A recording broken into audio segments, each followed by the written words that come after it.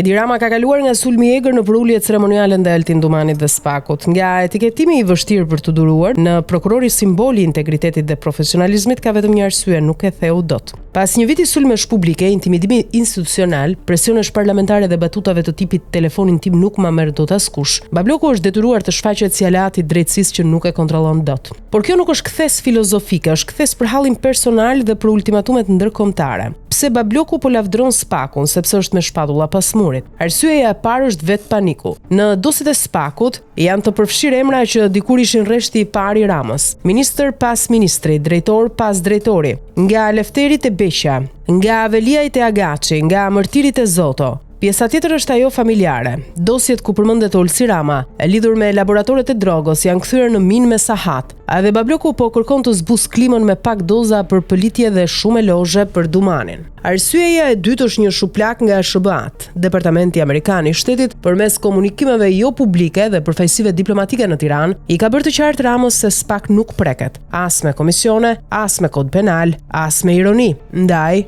ai është dorëzuar. Ka hequr dorë nga ambicia për ta përdorur Komisionin Xhafaj si mjet mbikëqyrje mbi dosjet, edhe kërcënimin për telefonin personal e quajti batut që nuk e hëngri askush. Rama tani thot me krenari, Spak është produkt i PS-s. Por harron të thotë se kur Spak i hyri dosjes së incineratorëve, ai e quajti strukturë që po përdor drejtësinë për shantazh dhe spektakël politik. Rama dikur sulmonte publikisht dhe në prapasken. Krijoi një komision në kuvend, ku qëllimi i vetëm ishte frenimi i Spakut. Premtonte kontroll politik mbi hetimet e pavarura. Tani kërkon të duket si mbrojtësi më i zjarrt i prokurorisë speciale. Pse? Sepse Spaki ka trokitur në derë dhe rrezikon të hyjë brenda. Dorën që nuk e ka fshon dot, puthe.